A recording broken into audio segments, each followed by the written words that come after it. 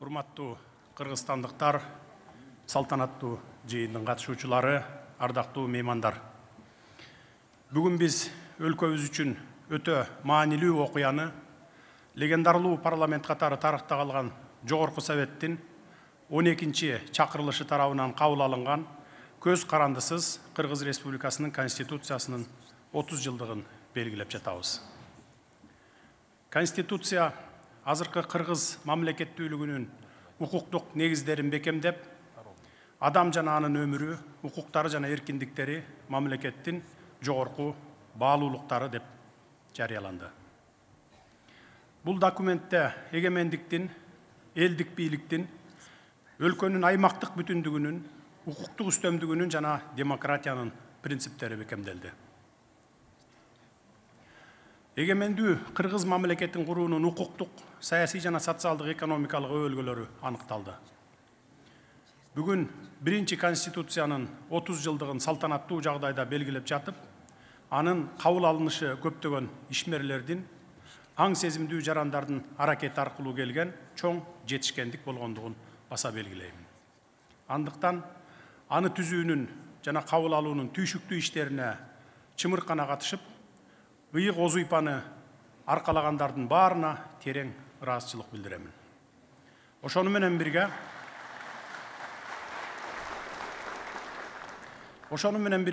элибиз кылымдар бою көксөп келген, эгемендүүлүктүн түп мүдөөсүн туюнткан, Кыргызстандын саясий, укуктук жана экономикалык системасын аныктап турган баш мыйзамыбыздын 30 жылдык мааракеси менен куттуктоого уруксат этиңиздер.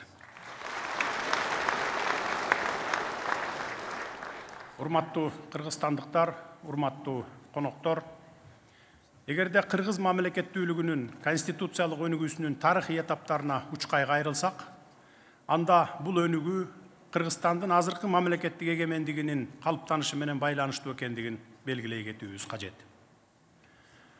Кыргызстанда эң алгачкы конституция 1929 жылдын 25 апрелинен 30 апрелине чейин болуп өткөн бүткүл Кыргыз Советтеринин 2-чи съездинде кабыл алынганы белгилүү. Ага чейин Кыргызстан автономиялуу облус статусуна ээ болуп, ошол учурдагы саясий жетекчиликтин көз карашында республикага айлануунун бардык белгилери болгон. Ошондуктан кыргыз элинин өз тагдырын өзү аныктоо жана республиканы түзүү маселеси ачык бойдон калган. Абдыкерим Сыдыков, Жусуп Абдрахманов, Иманалы Айдарбеков, Абдыкадыр Орозбеков сындуу кемеңгер лидерлердин ишмердигинин натыйжасында гана 1926 жылдын башында РСФСРдин Борбордук аткаруу комитетинин президиуму Кыргыз автономиялуу облусун Кыргыз автономиялуу республикасына өзгөртүп берүүнү чечишкен. Натыйжада жаңы республиканын конституциясын иштеп чыгуу боюнча комиссия түзүлүп, 1929 жылдын 30 апрелинде бүткүл Кыргыз Советтеринин съездинде кабыл алынган. Конституциянын кабыл алынышы элдин өз тагдырын өзү аныктоо, эгемендүү мамлекетти түзүү кыялдарын ишке ашыруу укугун туюнткан. Кыргыз АССР Конституцияда мамлекеттин бардык саясий укуктарын алган, анда анын улуттук, экономикалык, социалдык өзгөчөлүктөрү чагылдырылган эле. Жалпысынан белгилей кетсек, Кыргыз эли үчүн автономиялуу республика түрүндөгү мамлекеттүүлүк калкыбыздын тагдырына оң таасирин тийгизген. Тез өнүгүүгө жол ачылды, атап айтканда, экономикалык жана маданий турмушта өзгөрүүлөр болду. Эң башкысы Кыргыз СССРдин курамындагы союздук мамлекетке өзгөртүү үчүн өбөлгөлөр пайда болгон. Ал эми дагы 10 жылга созулган талбаган аракеттердин натыйжасында Кыргыз АССР 1936 жылы союздук республика болуп түзүлдү жана түздөн-түз СССРдин курамына кирди. 1937 жылдагы Кыргыз СССРинин конституциясы союздук конституциянын негизги принциптерине ылайык курулган жана ошону менен бирге Кыргызстандын улуттук республика катары өзгөчөлүктөрүн чагылдырган. Алар коомдук түзүлүш, жогорку жана жергиликтүү бийлик, башкаруу органдары, сот жана прокуратура, жарандардын негизги укуктары жана милдеттери шайлоо системасы жөнүндө главаларында чагылдырылган. Бирок кийинки жарым кылымдай убакыттагы советтик коомдогу терең өзгөрүүлөр коомдук турмуштун бардык чөйрөсүнө таасирин тийгизди. Бул өзгөрүүлөрдүн баары жаңыланган конституциянын кабыл алынышына ыңгайлуу жагдай жаратып, жаңыланган конституцияда өз жолун табууга тийиш эле. Ошентип, Кыргыз СССРинин конституциясынын долбоорун иштеп чыгуу башталды. Ал 1978 жылдын 15 мартында Кыргыз СССРинин Жогорку Советинин президиумунун жыйналышында каралып, андан кийин жалпы элдик талкууга чыгарылды.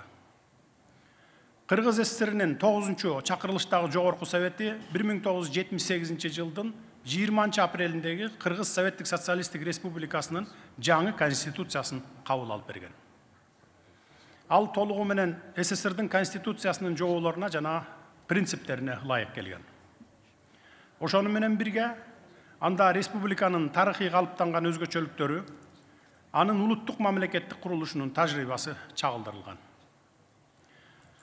1990 жылдын экинчи жарымы Кыргыз мамлекеттүүлүгүнүн өнүгүшүндө жаңы бурулуш учур болуп калды. Ошондогу саясий процесстер 1991 жылдын 31 августунда мамлекеттик көз каранды эместикти жарыялоо менен аяктаган. Тактап айтканда 1993 жылдын 15 декабрындагы мамлекеттик эгемендүүлүк жөнүндөгү декларациянын кабыл алынышын мамлекеттик өнүгүү жолундагы маанилүү этап деп атасак дагы жаңылышпайбыз. Ал эми 1991 жылдын 31 августундагы Кыргыз Республикасынын мамлекеттик көз карандысыздыгы жөнүндө декларациянын кабыл алынышы менен Кыргыз элинин улуттук мамлекеттүүлүгүнүн өнүгүүсүнүн жаңы этабы көз карандысыз өз алдынча өнүгүүнүн этабы башталды. Урматтуу кыргызстандыктар, ардактуу коноктор, 1993 жылдагы конституциянын негизинде Кыргызстанда постсоветтик мамлекеттин жана коомдун масштабтуу революциялык трансформациясы башталган. Бирок 1993 жылдагы конституцияда каралган чоң потенциалды толук ишке ашыруу мүмкүн болгон жок. Ар бир мамлекеттин конституциясынын мазмуну убакыттын талабына ылайык өркүндөтүлүп жана жаңыланып турат. Бул мыйзам ченемдүү көрүнүш. Ошондуктан негизги мыйзамга конституциялык реформалардын жүрүшүндө жаңы реалдуулуктарды чагылдырылган кошумча укуктук механизмдер жана ченемдер бир нече жолу киргизилген. Биринчи кезекте мамлекеттик институттарынын функциялары жана ыйгарым укуктары менен байланышкан саясий жана конституциялык укуктук проблемаларды чечүү үчүн 1993 жылдан 2016 жылга чейинки мезгилде 9 ирет конституциялык реформа жүргүзүлгөн. Барыңыздарга белгилүү болгондой, 2020 жылдын ноябрында конституциялык кеңешме түзүлүп, анын милдети конституциянын жаңы долбоорун иштеп чыгуу болгон. Парламент конституциялык кеңешме тарабынан иштелип чыккан конституциянын долбоорун карап чыккандан кийин 2021 жылдын 11 апрелинде өткөн референдумга чыгарылып, анын жыйынтыгы боюнча жаңы конституция кабыл алынды. Колдонуудагы конституциянын башкы милдети эффективдүү мамлекеттик башкарууну уюштуруу. Кандай болбосун, эффективдүү мамлекет саясий туруктуулукту, экономикалык өсүштү жана социалдык өнүгүүнүн келечегин камсыз кылууга тийиш. Коюлган милдеттерди чечүү үчүн ресурстарды мобилизациялоо жөндөмү зарыл. Мындан сырткары, күчтүү же эффективдүү мамлекетке коом менен бийлик институттарынын ортосундагы байланышты ишке ашырууга мүмкүндүк берүүчү демократиялык элементтер керек. Ошондой эле тышкы кысымдарга да, жеке кызыкчылыктарды көздөгөн топторго да каршы турууга жарамдуу административдик бийлик талап кылынат. Жеке кызыкчылыктарды көздөгөн топторго ири бизнестин, региондук кландардын же административдик күч түзүмдөрүнүн кызыкчылыктарын көздөгөн бирикмелер кирет. Мындай жеке кызыкчылыктарга каршы туруу жана коомдун кеңири катмарынын кызыкчылыктарына жооп берген артыкчылыктарды аныктоо үчүн демократиялык жол-жоболор колдонулушу мүмкүн жана колдонулушу керек. Болбосо мамлекет олигархиялык топтордун жана кландардын барымтасында калышы мүмкүн же башкарууну токтотушу мүмкүн. Урматтуу кыргызстандыктар, биз Конституциянын ченемдери менен принциптеринин сакталышын жана жүзөгө ашырылышын камсыз кылуу үчүн тынымсыз иштешибиз керек. Азыркы учурда Конституция элдин биримдигинин, өлкөбүздүн көз карандысыздыгынын жана мамлекеттик бүтүндүгүнүн, азыркы Кыргызстандын демократиялык, саясий, укуктук, экономикалык жана идеологиялык негиздеринин калыптанышынын негизи болуп саналат. Конституциянын өнүгүүгө өбөлгө болчу потенциалы жогору. Бүгүнкү күндө өлкөбүздүн алдында турган негизги милдеттер демократиялык жалпыга таанымал принциптерди ыраттуу түрдө бекемдөө, адамдын жана жарандын укуктары менен эркиндигинин кепилдигин чыңдоо. Кыргыз Республикасынын ар бир жараны өлкөнүн конституциясынын дем күчүн терең түшүнүп, маанисин жакшы билүүгө тийиш. Биз конституцияны урматтап, ченемдерин сактап, анын маңызын аңдап билгенде гана өз өлкөбүздү, ата мекенибизди, Кыргызстан элинин баалуулуктарын аздектеп сыйлайбыз. Ошондо гана мамлекеттин өнүгүүсүнө, коомдун биримдигине, тынчтыкка жана бейпилдикке жетише алабыз. Биздин башкы милдетибиз бардык мамлекеттик органдар, кызмат адамдары, жарандар тарабынан конституциялык ченемдердин жана принциптердин кынтыксыз сакталышын камсыз кылуу. Конституция түздөн түз колдонулуучу жана таасир этүүчү башкы документ болууга тийиш. Урматтуу мекендештер, азыркы учурда дүйнө өлкөлөрү сыяктуу эле мамлекетибиз да жаңы чакырыктарга жана кыйынчылыктарга туш болууда. Биз дүйнөлүк экономикалык кырдаалдан, жумуш орундарынын жетиштигинен, эмгек миграциясынан, ошондой эле саламаттыкты сактоодогу көйгөйлөрдөн улам келип чыккан экономикалык кыйынчылыктарга кирептер болдук. Мындан тышкары биз жаратылышты жана анын ресурстарын келечек муундары үчүн сактоону камсыздоо аркылуу экологиялык саясатыбызды өнүктүрүүнү улантышыбыз зарыл. Андыктан айлана чөйрөнүн булганышын азайтуу, энергиянын натыйжалуулугун жогорулатуу жана энергиянын кайра жаралуучу булактарын өнүктүрүү багытында аракеттерибизди күчөтөлү. Учурда дүйнө COVID-19 пандемиясынын кесепеттери, климаттын өзгөрүшү, терроризм жана экономикалык кризистер сыяктуу көптөгөн кыйынчылыктарды баштан кечирип жаткандыгын баса белгилеп кетким келет.